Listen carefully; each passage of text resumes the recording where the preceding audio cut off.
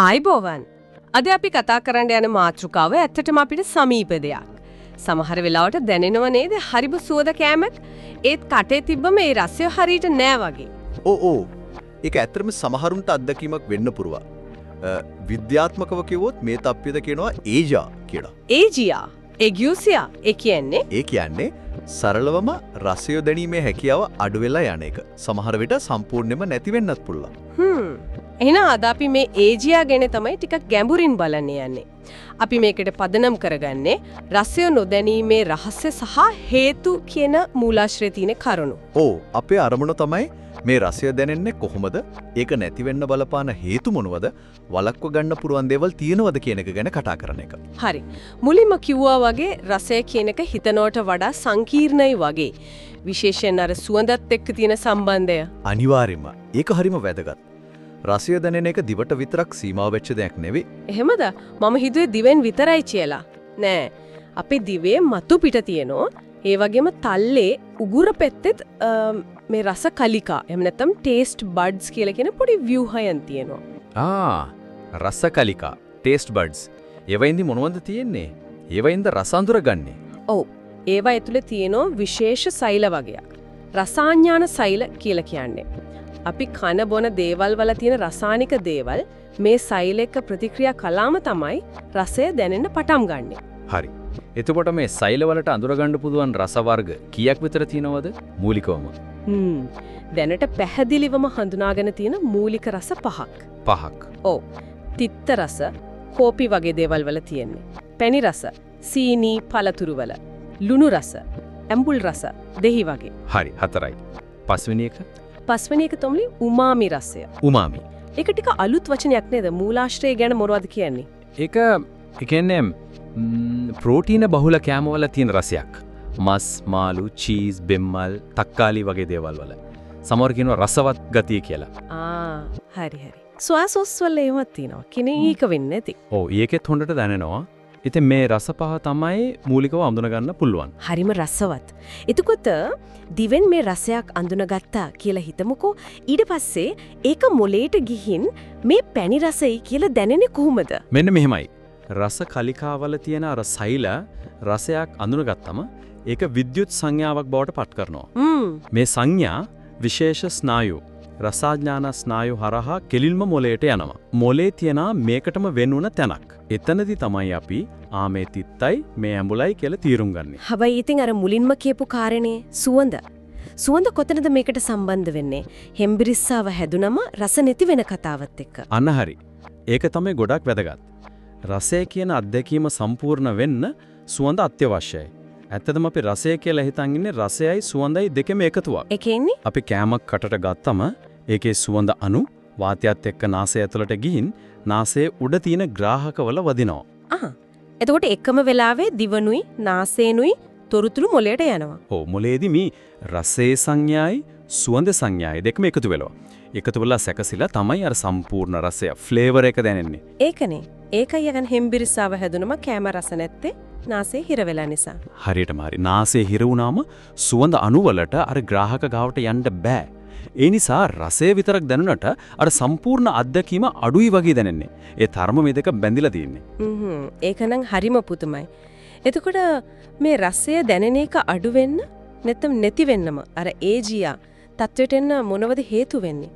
මූලාශ්‍රය ඒ ගැන විස්තර ඇති නේද? ඔව්, හේතු නම් ගොඩක් තියෙනවා. අපි කාණ්ඩ කීපයකට බෙදලා කතා කරමු. පළවෙනි එක තමයි ශ්වසන පද්ධතියේ ආසාදන සහ කට උගුරු ආශ්‍රිත ප්‍රශ්න. ඒ කියන්නේ සෙම් ප්‍රතිශාව වගේ දේවල්. ඔව්, සෙම් ප්‍රතිශාව, ඉන්ෆ්ලුවෙන්සා, සයිනස් ප්‍රශ්න මේවයි නාසයේ හිර වෙනවා. එතකොට සුවඳ දැනෙන එක අඩු වෙනවා. ඒ වගේම සමහර වෛරස්. කොවිඩ් වගේ? අන්න හරි.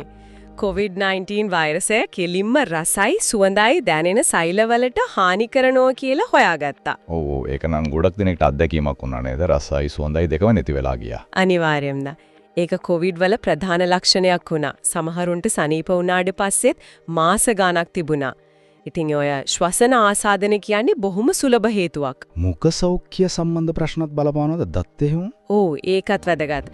දත් නරක් වීම, විදුරු මස් රෝග මේ ආසාදන නිසා කටේ තියෙන පරිසරය වෙනස් වෙලා අර රස කලිකාවලට හරියට වැඩ කරන්න බැරි වෙන්න පුළුවන්. ඒ විතරක් නෙවෙයි දිවේ එන දිලීර ආසාදන. සමහර වෙලාවට දිවේ මැලියම් වගේ බඳිනවා වැඩියෙන්. ඔව්. අන්න ඒ වගේ දේවල් නිසාත් රසකලිකා වැහිලා ගිහින් රසය දැනෙන එක අඩු වෙන්න පුළුවන්. කට වේලෙන එක ගැන මූලාශ්‍රය තියවක් සිරෝස්ටෝමියා. ඒක කොහොමද බලපාන්නේ? ඒක නිකන් අපස්ථාවක් විතරයි කියලා මම හිතුවේ. නෑ ඒක කෙලිම බලපානවා. මොකද අපේ කටේ තියෙන කෙල ලාලා. ඒක රසය දැනෙන්න අත්‍යවශ්‍ය දෙයක්. එහෙමද? ඔව්. කෑමේ තියෙන රසායනික දේවල් දිය කරලා අර රසකලික ගාවට ගෙනියන්නේ කෙල වලින්. කෙල අඩු වුණාම කට වේලුනම ඒ වැඩේ හරියට වෙන්නේ නෑ. ඒකනේ කාරණේ. එතකොට කට වේලින්නේ ඇයි? බෙහෙත් නිසා එහෙම වෙන්න පුළුවන්ද? පුළුවන්. සමහර බෙහෙත් වර්ගවල අතුරු ආබාධයක් විදිහට කෙල හැදෙන එක අඩු වෙනවා. වයසට යනකොටත් ටිකක් අඩු වෙන්න පුළුවන්. සමහර ලෙඩ තියෙනවා ෂෝග්‍රෙන් සින්ඩ්‍රෝම් වගේ ඒවත් බලපානවා. කටින් හුස්ම ගන්න අයටත් වෙන්න පුළුවන්. බෙහෙත් ගැන කිව්ව නිසා තව තියෙනවද කෙලින්ම රසයට බලපාන බෙහෙත් වර්ග? ඒක දෙවනි කාරණය වෙන්න ඇති නේද? ඔව් ඒක දෙවෙනි ප්‍රධාන කාණ්ඩය. ඖෂධ සහ වෛද්‍ය ප්‍රතිකාර ප්‍රතිජීවික සමහර ඒවා ප්‍රෙෂර් එකට දෙන බෙහෙත් කොලෙස්ටරෝල් අඩු කරන බෙහෙත් විශේෂයෙන් ස්ටැටින්ස්. ස්ටැටින්ස්. ඔව් ඒ වගේම මානසික ප්‍රශ්නවලට දෙන බෙහෙත් පිළිකාවලට දෙන කීමෝതെරපි රේඩියේෂන් විශේෂයෙන් ඔළුවට බෙල්ලට කරනකොටයි. මේවා රසයට බලපාන්න පුළුවන්. ඒ කොහොමද? ඒ බෙහෙත් එක්කෝ රස කලිකාවලට හානි කරනවා නැත්නම් අර රස සංඥා මූලයට යන එකට බාධා කරනවා එහෙමත් නැත්නම් අර කිව්වා වගේ කෙල හදන එක අඩු කරනවා. ඒ කියන්නේ බෙහෙතක් ගත්තට පස්සේ රසය වෙනස් වුණා වගේ නම් දොස්තරට කියන එක හොඳයි. අනිවාර්යෙන්ම සමහර විට වෙන බෙහෙතකට මාරු වෙන්න පුළුවන්. හරි. තුන්වෙනියට මොනවද කියන්නේ? තුන්වෙනි එක තමයි පෝෂණ ඌනතා සහ හෝමෝනය වෙනස්කම්. පෝෂණ ඌනතා මොනවා වගේද? විශේෂයෙන්ම සිංක් කියන ખනිජය රසකලිකා නඩත්තු වෙන්න අලුතින් හැදෙන්න අත්‍යවශ්‍යයි. ඒක අඩු වුණොත් රසය නැති වෙන්න පුළුවන්. ඒ වගේම විටමින් B12 ඒක ස්නායු වලට වැදගත් නිසා ඒක අඩු වුණාම රසය අරන් යන ස්නායු වලට බලපෑම් වෙන්න පුළුවන්. හෝමෝන වෙනස්කම් කිව්වේ ගර්භණී කාලය වගේද? ඔව්. ගර්භණී කාලේ මාස ශුද්ධිය වෙනකොට ආර්තව හරණය ලඟ වෙනකොට හෝමෝන බෙහෙත් ගන්නකොට මේ වගේ වෙලාවට හෝමෝන වෙනස් වෙනවනේ. ඒ නිසා රසය දැනෙන විදිහ වෙනස් වෙන්න පුළුවන්. සමහර අයට ලෝහ රසයක් එහෙම එනවා කියනවා. ස්නායු පද්ධතිය ලෙඩ ගැන තිබුණා නේද මූලාශ්‍රයේ? ඔව් ඒක හතරවෙනි කාරණය. ස්නායු පද්ධතිය සහ මොළයේ රෝග, ආඝාතය, ස්ට්‍රෝක්, මොළයේ ගෙඩි, පාකින්සන්, ඇල්සයිමර් වගේ ලෙඩ. මේවයින් මොළයෙන් රසයරි සුවඳයි පාලනය කරන තැන්වලට හරි ඒකට සම්බන්ධ ස්නායුවලට හරි හානි වෙන්න පුළුවන්. ඔළුවට අනතුරක් වුණත් එහා වෙන්න පුළුවන්. අන්තිමට අපේ ජීවන රටාව සහ වයස. ඔව්. පස්වෙනි කාරණේ ඒක දුම්පානය. ඒක කෙලින්ම රසකලිකාවලට හානි කරනවා. සංවේදීතාවය අඩු කරනවා. හරි. අධික මත්පැන් භාවිතයත් දිගු කාලිනව ස්නායුවලට හොඳ නැහැ. අනිත් එක තමයි ඕනෑවට වඩා ලුණු, සීනි, කෘත්‍රිම රසකාරක පාවිච්චි කරන එක. ඒක කොහමද බලපන්නේ? කාලයක් යද්දී අර රසකලිකා ටික හිරි වැටිලා වගේ වෙනවා. සංවේදීතාවය අඩු වෙනවා. වයසට යනකොටත් ස්වභාවිකවම රසකලිකා ගාන අඩු වෙනවා, වැඩ කරන එකත් අඩු වෙනවා, කෙල හදන එකත් ටිකක් අඩු වෙන්න පුළුවන්. ඒකත් බලපානවා. හරිම පැහැදිලි. ඒ කියන්නේ හේතු ගොඩක් තියෙනවා සරල හෙම්බිරිස්සාවේ ඉඳන් බරපතල ලෙඩ දක්වාම. එදුකොට කෙනෙක්ට මෙහිම රසය අඩුයි කියලා දැනුනොත් මොකද කරන්න ඕන? වළක්වා ගන්න මොනවද කරන්න පුළුවන්? වැදගත්ම දේ තමයි මුලින්ම හේතුව මොකක්ද කියලා හොයාගන්න බලන එක. සමහර විට මේක తాවකාලික දෙයක් වෙන්න පුළුවන්. දවස් කීපයකින් හරියයි. ඔව්. හැබැයි රසය නැති ගතිය දිගටම තියෙනවා නම් අපි කියමු සති දෙකකට වඩා එහෙම නැත්නම් ඒත් එක්කම දිව දැවිල්ල වගේ කෑම අරුචිය ඇඟ කෙට්ටු වෙනවා කටේ තුවාල වගේ වෙන දේවලුත් තියෙනවා නම් අනිවාර්යයෙන්ම දොස්තර කෙනෙක් හම්බ වෙන්න ඕනේ. ඒ කියන්නේ මේක නිකම්ම අතාරින්න හොඳ නෑ. යටින් වෙන ලෙඩක් වෙන්නත් පුළුවන්. හරියටම හරි. වෛද්‍යවරයාට පුළුවන් හරියට විස්තර අහලා සමහර වෙලා ලේ පරීක්ෂණ ස්කෑන් වගේ දේවල් කරලා බලලා ඇත්ත හේතුව මොකක්ද කියලා හොයාගන්න. හේතුව හොයාගත්තම ඊට පස්සේ ඒකට හරියන ප්‍රතිකාර කරන්න පුළුවන්. ආසාදනයක් නම් බෙහෙත් දෙයි, විටමින් අඩු නම් ඒවට බෙහෙත් දෙයි, වෙන බෙහෙතක් නිසා නම් මේක මාරු කරයි ඒ වගේ. දොස්තර ප්‍රතිකාර වලට අමතරව අපිටම කරගන්න පුළුවන් දේවල් තියෙනවද මේක වළක්ව ගන්න හරි අඩු කරගන්න හරි? ඔව් තියෙනවා. පළවෙනි එක හොඳ මුඛ සෞඛ්‍යයක් තියාගන්න එක.